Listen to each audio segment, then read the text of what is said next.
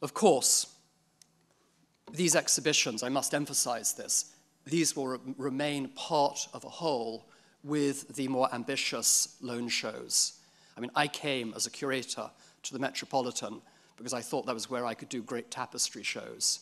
And I remain firmly committed to maintaining a challenging program in the coming years. And indeed, I'm working with our curators through scheduling through 2013, 2014 on a whole variety of exhibitions. I just remind you that at the moment, one of these long-planned shows, that really only the Met pulls off, is our exhibition of samurai arms and armor, which brings some 150 national treasures to the Metropolitan from Japan, from so many lenders that when the Japanese authorities tried to reformulate this show in Tokyo, they couldn't do it. So we'll be the single venue for this extraordinary display. Let me now say a little bit about visitor experience. One of my preoccupations as I came into this role, and that I think really will remain a key part of my work as director, is the whole question of the visitor experience. And one of the things I've done over the last year is to begin an overview of the way we deliver information around the museum.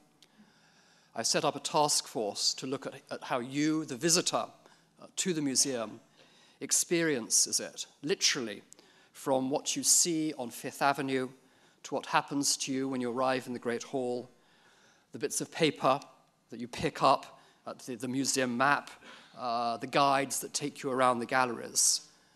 At the moment, we have no coherent gallery numbering system, so we're exploring the various ways that we can make navigation easier. And I long for the day when, what's it called? The things we have in our cars. GPSs, thank you. When GPSs will work on more than one floor. That's the challenge there at the moment. In the galleries, we want to maintain the most direct experience with a work of art, while, at the same time, accommodating the fact that people want information and that more and more of our visitors are less and less familiar with different aspects of the collections.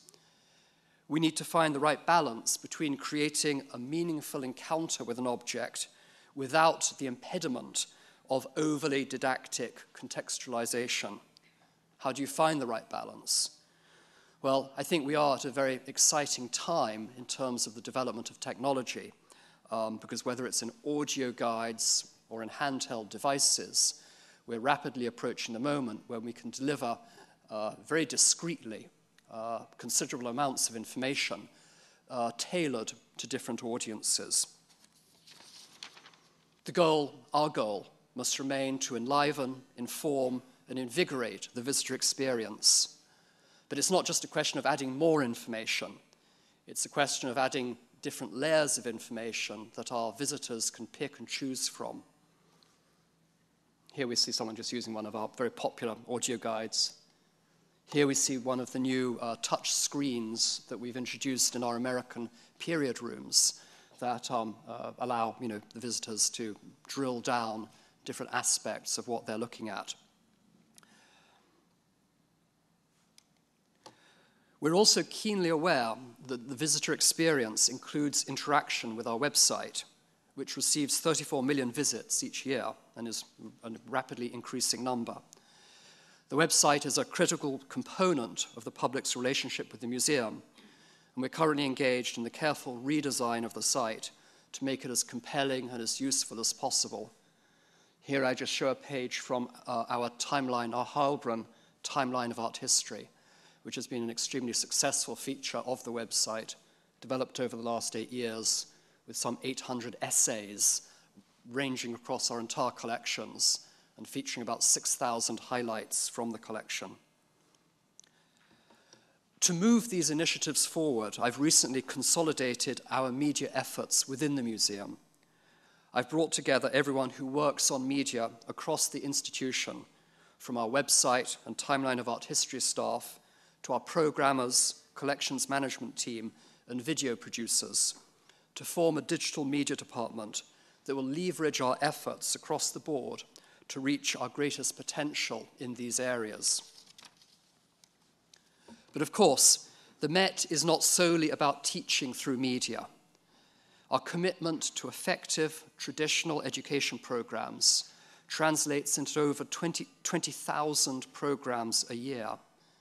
Gallery talks, lectures, films, symposia, teacher training workshops, free family passes to introduce the museum to new visitors, and passes for New York high school students to keep them coming back. Last year, some 600 New York City public schools, 81% of which were Title I schools, came to the Met through our free school tour program. We know that these programs are often the key to unlocking a visitor's curiosity. You just have to visit the museum almost on any day, whether you're encountering adult learning or kids seeing how beeswax models Degas sculptures was used, how Degas used beeswax to model his bronzes. There's always, these programs are multiple. An encounter with the real work of art, not a reproduction or a web image, is a powerful thing. And that palpable sense of awe, of confronting history, or standing where the artist must have stood, is something we hope and know is addictive. What these programs prove is that works of art will always be the Met's cornerstone, and we are committed to building our collection accordingly.